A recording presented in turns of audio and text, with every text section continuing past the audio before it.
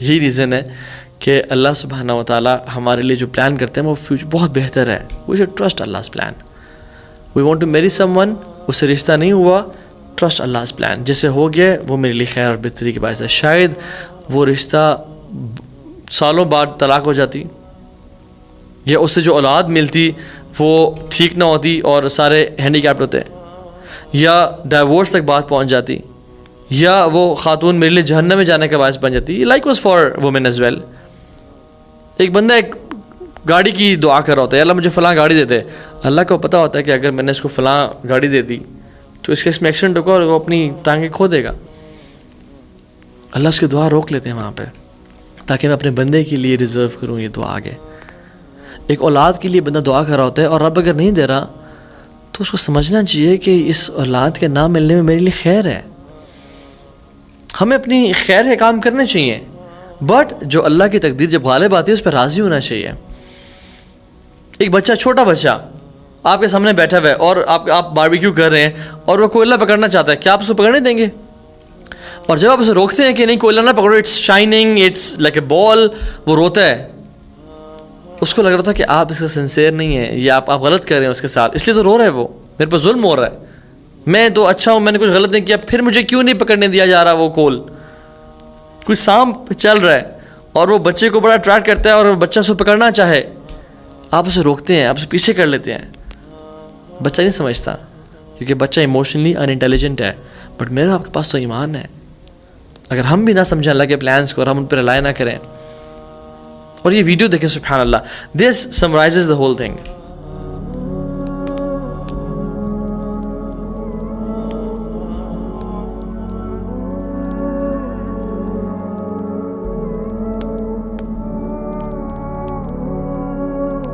اب اس ویڈیو سے آپ نے کیا سیکھا؟ سبحان اللہ، وہ بچی پیدل چل رہی ہے اور اس کو ٹھوکر لگتی ہے.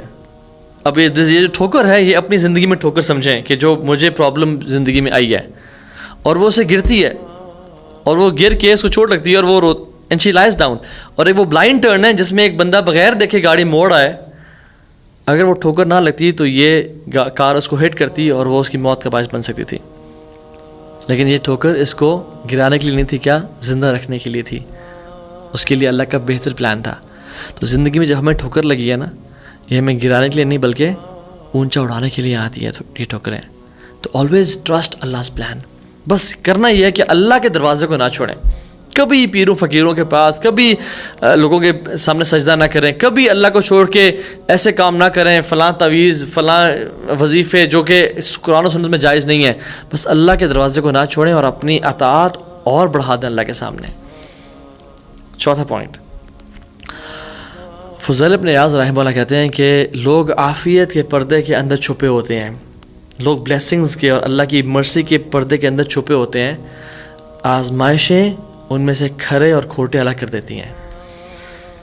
سب پہ بلیسنگز آ رہی ہیں، سب عافیت کے اندر ہیں، لیکن جب آزمائش آتی ہے تو ان میں سے سچے کون ہیں اور ان میں سے جھوٹے کون ہیں وہ الگ ہو جاتے ہیں.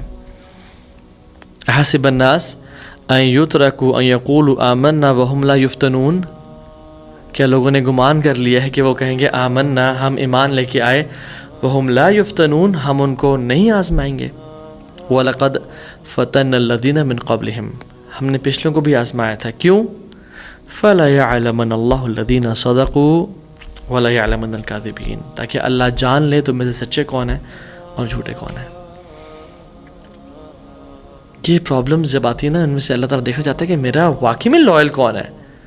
زبانی باتیں تو سب کرتے ہیں اور اللہ کو سب پتہ ہے، بٹ اللہ تعالیٰ مجھ پہ بھی تو حجت تمام کرنا چاہتے ہیں. یا اللہ میں تو تیرے ساتھ لوئل تھا، کبھی وہ تو مشکل آئی نہیں تو میں تو تیرے ساتھ لوئل ہی رہا. اصل یہ کہ جب آزمائش ہے میں تب کیسا بیہیو کرتا ہوں. اب غزوہ احزاب کو دیکھ لیں، سبحان اللہ. غزوہ احزاب میں سب دکانیں بند کر کے اپنے کام روک کے جہاد کے لیے آ گئے، اور بھوک اور پیاس کا اتنا عالم ہے کہ انہوں نے کچھ نے تو ایک پتھر اور کچھ نے دو پتھر پیٹے باندھے ہوئے ہیں.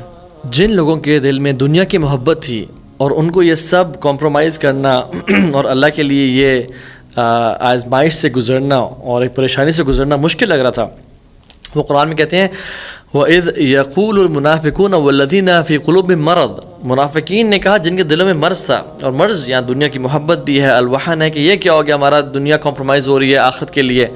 کہتے ہیں ما وعدنا اللہ ورسولہ الا غرورا، کہ اللہ اور اس کے نبی کا جو وعدہ تھا وہ جھوٹا تھا. یہ کیا ہو گیا، ہمیں تو بڑے وعدے کیے گئے کہ اسلم تسلم، تم اسلام قبول کرو تم سلامتی پاؤ گے، قل لا الہ الا اللہ تملک العرب والعجم تفلحوا، تم کامیاب ہو جاؤ گے اور عرب اور عجم کے مالک بن جاؤ گے. یہ کیا، ہمیں تو یہ لڑنا پڑا ہے، ہمیں تو بھوکے پیاسے ہیں. ٹیمپرری ایک ٹائم ہوتا ہے، ایک فیز ہوتا ہے، اللہ آزما رہا ہوتا ہے. یہ تو بے صبرے ہو گئے، بے چینی میں آ گئے. صبر یہاں پہ چیز ہے.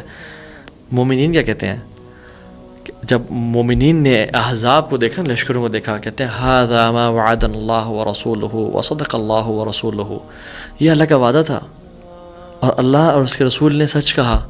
وما زادہم الا ایمانا وتسلیما، اور اس چیز نے ان کے ایمان اور سبمشن میں مزید اضافہ کیا کہ یہ تو آزمائشیں تو آنی تھیں، یہ تو اللہ نے آزمانا تھا کہ ہمیں سچے کون ہیں اور منافقین کون ہیں.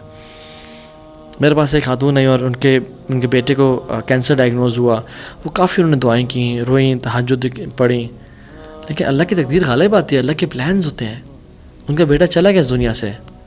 کہتی ہیں بیٹا میرا دعاؤں پہ ایمان اٹھ گیا ہے، میں نے نمازیں پڑھنا چھوڑ دی ہیں.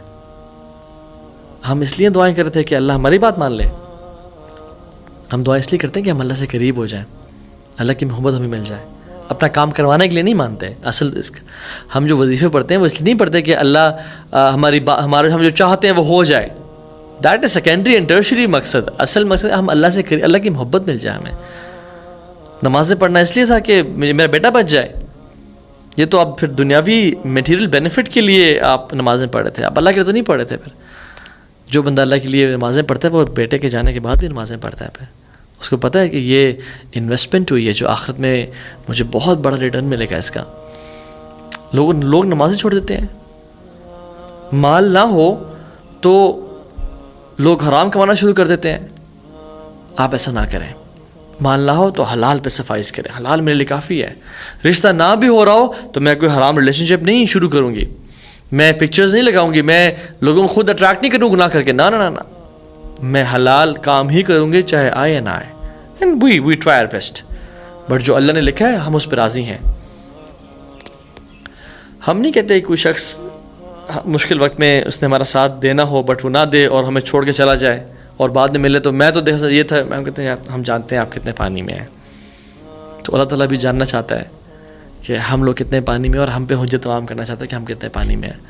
تو ہمیشہ جب بھی مصیبتیں آزمائشیں آئیں آپ کہیں اللہ تعالیٰ یا اللہ میں تیرا ہی ہوں اور تو مجھے ٹیسٹ کر رہا ہے، مجھے پتہ ہے تو مجھے سب دے یا نہ دے، میں تیرا تھا، تیرا ہوں اور تیرا رہوں گا. میں کبھی تجھے نہیں چھوڑوں گا کیونکہ مجھے پتہ ہے کہ میرا تیرے علاوہ دروازہ ہی کوئی نہیں ہے، میرا تیرے علاوہ ولی دوست مولا ہی کوئی نہیں ہے. میں تجھے چھوڑ کے جاؤں تو کہاں جاؤں؟ یہ تو توحید ہے. میں نے کہ تجھے چھوڑ دیا یا تیرا در یا تیری رسی کو میں نے چھوڑ دیا تو اور تو کچھ ہے ہی نہیں نا. ادھر I'll have to go through life with you or without you. تیرے بغیر تو عذاب ہے، تیرے ساتھ ہی سب کچھ ہے، اور تیرا ساتھ رہا تو دنیا بھی جنت بن جائے گی اور آخرت بھی بہترین بن جائے گی. اور پانچواں جو اس کا پوائنٹ ہے، اللہ سبحانہ تعالیٰ ہمیں ان پرابلمس کی وجہ سے اپنی محبت دینا چاہتا ہے، ہمیں اپنے قریب کرنا چاہتا ہے. دو ایگزامپل لے لیں. ایک شخص جو کہ فوراً سے دعا کرتے اسے قبول ہو جاتی ہے دعا، ایک ہی شخص ہے. اور ایک شخص 10 سال دعا کرتا رہتا ہے اپنی صحت کی شفا کے لیے، اس کو 10 سال تک شفا نہیں ملتی، اور اس کو 15 سال تک اولاد نہیں ملتی، اور 10 سال بعد شفا مل جاتی ہے اور 15 سال بعد اس کو اولاد مل جاتی ہے. کون بہتر ہے ان میں سے کہ اس شخص نے 10 سال دعائیں کی اللہ کے ساتھ، اس نے 10 سال اللہ کے ساتھ تہجد پڑھی، اللہ کے لیے تہجد پڑھی، 10 سال اس نے اللہ کے ساتھ جو اس کو محبت ملی نا in return as compare to the first person, وہ چیز ان میچڈ ہے. من یرد اللہ بہ خیرا یوسب منہ، حدیث میں آتا ہے اللہ جس سے محبت کرتے ہیں، خیر کا ارادہ کرتے ہیں، اس کو آزماتے ہیں تاکہ وہ اپنے رب سے مزید قریب ہو جائے. اللہ اکبر. ہم کیوں یہ بھول جاتے ہیں کہ ہمارا سر لمبا تب جھکتا ہے جب ہم مصیبتوں میں ہوتے ہیں، ہمارے آنسو تب زیادہ نکلتے ہیں جب ہم پرابلمز میں ہوتے ہیں. ہمیں پرابلمز کی دعا نہیں کرنی چاہیے، ہمیں سوال نہیں کہ یا اللہ ہمیں مصیبتیں دے، یا اگر میرے کو گناہ ہے تو دنیا میں ہی مجھے عذاب، نہ نہ نہ، ہم اللہ سے بہترین سوال کرتے ہیں کہ یا رب عافیت دے، مصیبتوں سے بچا، زوال نعمت سے بچا، اور اپنی عذاب سے بچا، اور ہمیں اگر ہمارے گناہ ہیں تو ہمیں معاف کر دے، ہمیں عذاب نہ دے. بٹ اگر کچھ آ جائے تو ہم کہتے ہیں یا اللہ ہم تیرے ہی ہیں، چاہے تو رب ہے، میں تو یہ باؤنڈ نہیں کر سکتا، لیکن میں چاہتا ہوں کہ میں تیرے ساتھ ہمیشہ راضی رہوں اور تو میرے ساتھ ہمیشہ راضی رہے. اور یہ جان لیں کہ اس کے پیچھے حکمت کیا ہوتی ہے. اللہ سبحانہ و تعالیٰ ہمیں اپنی محبت دے رہے ہوتے ہیں. محبت کا جو گفٹ ملا نا، that is much better than everything in this world. چاہے وہ اولاد ملے یا نہ ملے، چاہے صحت ملے نہ ملے، اگر مجھے اللہ کی محبت مل گئی ہے تو میرے تو بلے بلے، پھر آخر تو کامیاب ہو گیا. اور چھوٹی چیز جو اس کا بہت بڑا بینیفٹ ہے، اللہ سبحانہ و تعالیٰ ہمارے گناہ معاف کر رہے ہوتے ہیں. بہت سارے گناہ ہم کر کے بھول جاتے ہیں، لیکن وہ ہمارے نام اعمال میں ہوتے ہیں. کیا آخرت میں عذاب اور جلنے سے بہتر ہے یا اس دنیا کی چھوٹی موٹی مصیبتیں مشکلات آ جائیں اور ان سے جھڑ جائیں ہمارے گناہ؟ مختلف احادیث ہیں جو اس باب میں آتی ہیں. اللہ سبحانہ تعالیٰ اپنے بندے کو آزماتے ہیں، مصیبت دیتے ہیں. وہ بندہ اس کا لائل ہوتا ہے، نمازیں پڑھنے والا ہوتا ہے، حیا والا ہوتا ہے، اپنے آپ کو کور کرتا ہے، بہترین سنت کے مطابق زندگی گزارتا ہے، اور اخلاق بھی اس کا اچھا ہوتا ہے. لیکن اس کو آزمائش آتی ہے، مصیبت آتی ہے، پرابلم آتی ہے. اتنی آزمائشیں آتی ہیں until he meets اللہ سبحانہ تعالیٰ with no sins at all. اللہ اکبر. وہ اللہ کے ساتھ کس طرح ملتے ہیں؟ اس کے برے اعمال ہوتے ہی نہیں ہیں، ایک بھی نہیں ہوتا. کتنی خوشی کا دن ہے وہ، کتنی خوشی کا موقع ہے وہ. اللہ اکبر. اور ایک اور حدیث میں آتا ہے کہ میرے بندے کو چاہے تھکاوٹ ہو یا انزائٹی ہو یا پین ہو یا وہ ٹارچر سے گزرے یا اس کو ہم ہو، کسی قسم کی تکلیف ہو، ملٹیپل 6 چیزیں آتی ہیں، یا حتیٰ کہ کانٹا بھی چبھے تو اسے گناہ معاف